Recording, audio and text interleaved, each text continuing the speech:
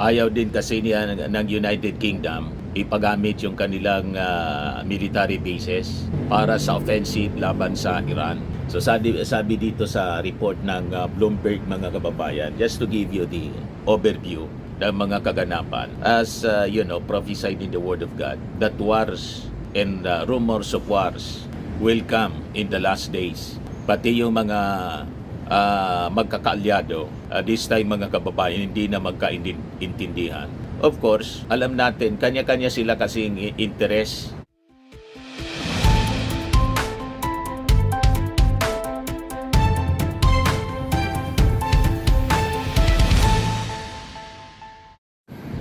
Hello po mga kababayan, si Dante Maravillas. I-share ko po ito sa inyo mga kababayan, yung mga sabi nga, screaming headlines may relasyon po sa Middle East crisis spreading all throughout the region, and we just hope hindi ito mauwi sa World War III, mga kababayan, kasi ngayon pa lang abang sinasabi ng ating mga authorities, defense officials especially, na walang direct threat sa atin ang conflict sa Middle East on the military side, pero sa economic impact. Kaya nga po, todo ang paganda ngayon ng ating gobyerno because of the economic impact nito. Epekto po sa supply ng ating petroleum, kung saan mga kababayan, it is expected next week mga around 10 pesos per liter ang magiging increase sa presyo po, mga kababayan, ng diesel. Tapos mga 4 pesos ang increase, more than 4 pesos per liter sa gasoline. So ganoon ang situation, mga kababayan. O ngayon, i-update ko muna po kayo, mga kababayan, sa mga kaganapan doon sa Middle East. Na ang sabi dito sa balita, big one is coming. Ayan. Big one coming. Fierce as war zone spreads. Patuloy na lumalawak, mga kababayan, ang conflict. So sabi dito, mga kababayan, sa balita,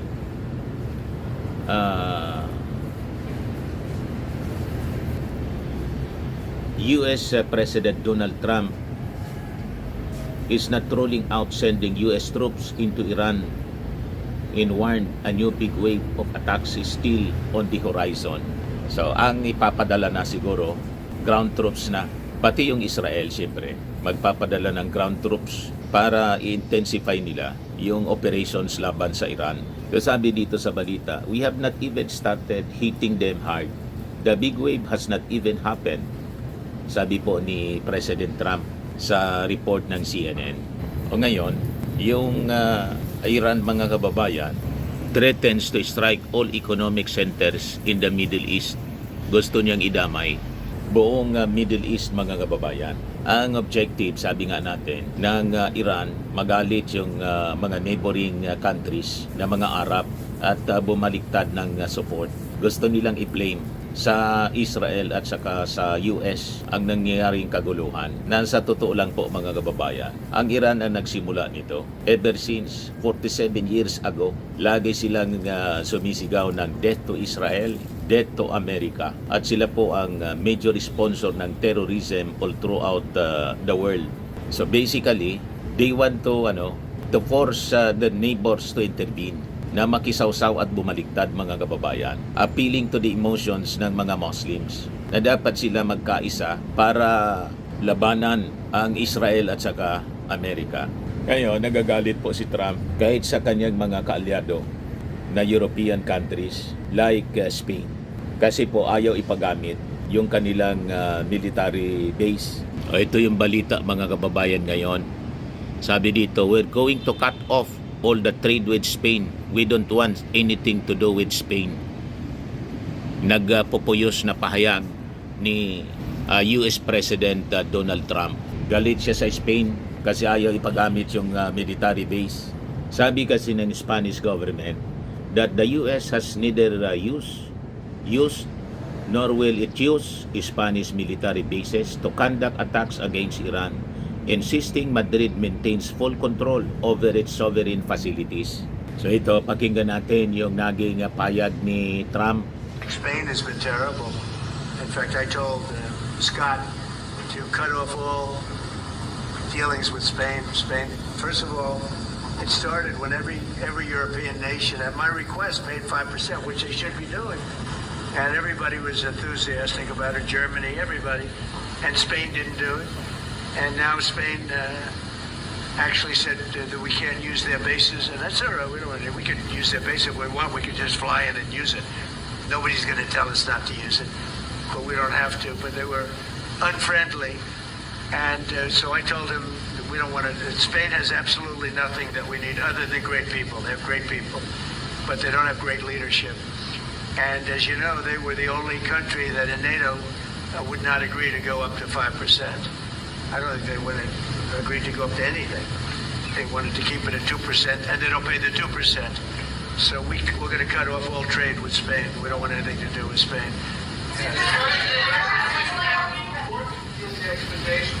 And I'm not, by the way, I'm not happy with the UK either. That island that you read about, the lease. Pati kay Starmer, for whatever galit siya. reason, he made a lease of the island. Somebody came and took it away from him.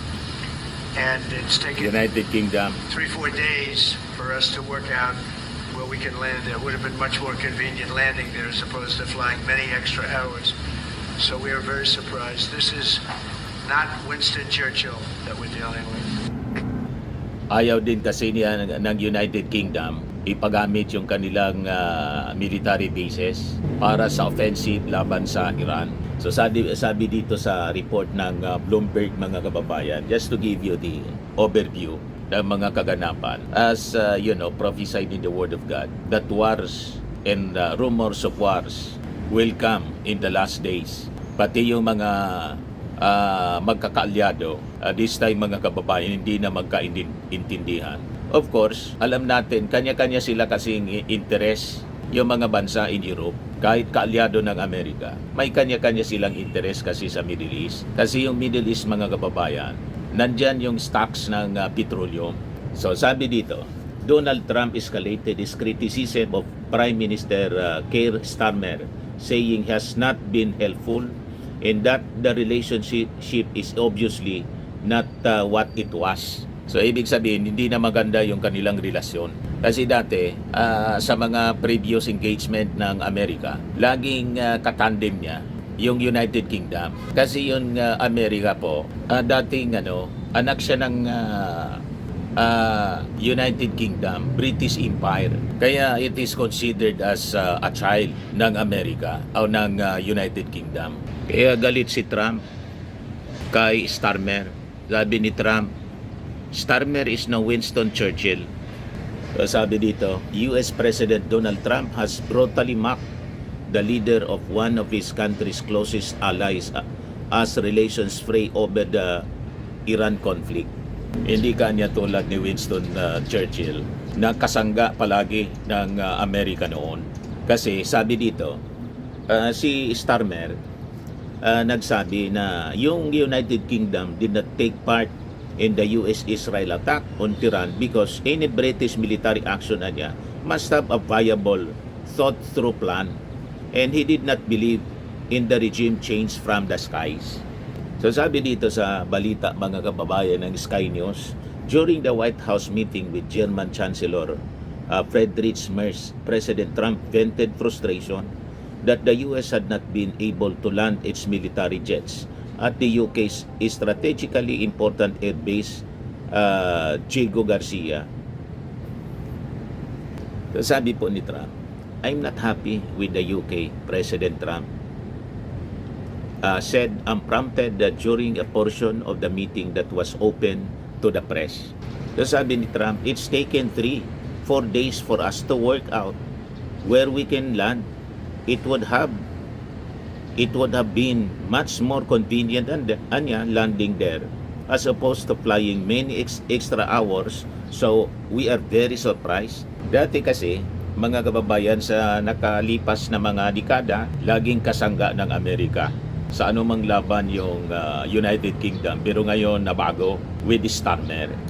So sabi dito, the UK has for decades prided itself on its relationship with the US, aided by leaders such as Mr. Churchill, Margaret Thatcher, and Tony Blair, cultivating strong relationships with their counterparts Franklin D. Roosevelt, Ronald Reagan, and George W. Bush. Kaya sabi ni Trump, mga kababayan, it's very sad to see that the relationship is obviously not what it was. He said he never thought he would see the United Kingdom become a reluctant partner niya, and instead he praised on France and Germany. Ngayon, dumipensa si Starmer sa pagsasabing he had to judge what it was in the UK's national interest niya. That is what I have done, and I stand by it. Nanindigan sa kanyang una ng pahayag na ayaw niyang ipagamit yung military base nila para maka-landing at makapag-refuel ang Amerika. So sa latest na statement ni Trump sa Truth Social niya, mga kababayan, ito yung sabi niya about Iran. Sabi ni Trump, their air defense niya, Air Force, Navy, leadership is gone. They want to talk. I said, too late na. Huli na niya yung pag-uusap. Noon, nag-offer kami ng talks. Ayaw ninyo makipag-negotiate sa amin. Ngayon na niya, it's too late. O ngayon, ito yung latest na balita din mula sa Middle East. Breaking news ngayon mula sa Al Arabiya sources. A number of Iranian attacks on Saudi Arabia came from Iraq. So ang ibig sabihin, di ba yung Iraq kaaway ng Iran? Ibig sabihin kumampi yung Iraq sa Iran. So hindi pa natin alam kung ito propaganda o totoong istorya. Di ba? So wag muna tayong magkomento kasi ang objective talaga po ng Iran o matake sa mga Gulf states para i-blame sa Israel and America para bumaliktad yung mga kaalyado. Malamang panggatong ito, mga kababayan. Sowing confusion para maglabo-labo kasi desperado ng masyado ang Iran ngayon. Anyway, bantayan natin yung mga developments. As I was telling you, parte ito, mga kababayan, sa biblical prophecy that wars and rumors of war will come. So pag-usapan natin in brief, mga kababayan, yung Persia, the modern Iran, and prophecy. Sabi nga, nation shall rise against nation, and kingdom against kingdom. So the Islamic Confederacy, mga kababayan, was foretold thousands of years ago in Ezekiel 38:5.